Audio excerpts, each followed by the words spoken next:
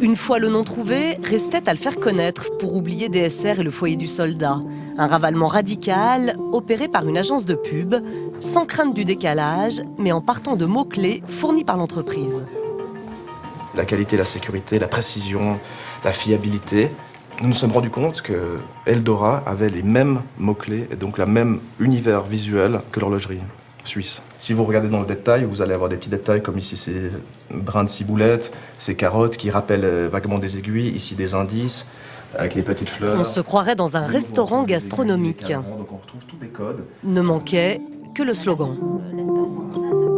Ça faisait plusieurs jours qu'on cherchait.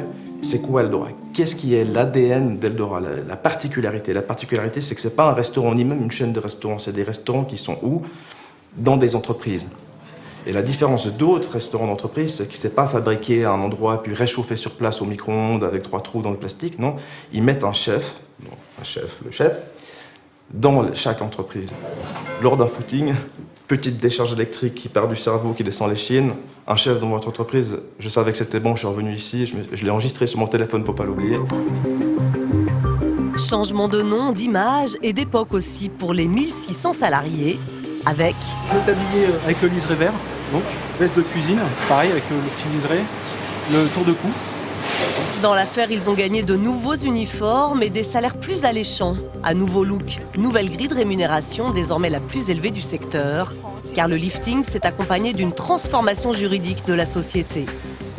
Au final, pour devenir Eldora, il aura fallu dépenser 400 000 francs pour les nouveaux uniformes, 300 000 francs d'affichage, 100 000 francs pour le tram et 15 000 francs seulement pour trouver le nom.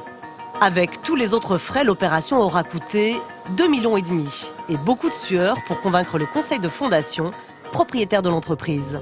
Ça a pris plus de temps que prévu. Je crois qu'au début, l'erreur qu'on a peut-être fait, c'était de sous-estimer la résistance légitime qu'ont les gens au changement. Par tradition, le Suisse n'aime pas beaucoup le changement. D'ailleurs, peu de personnes aiment le changement dans le monde des affaires.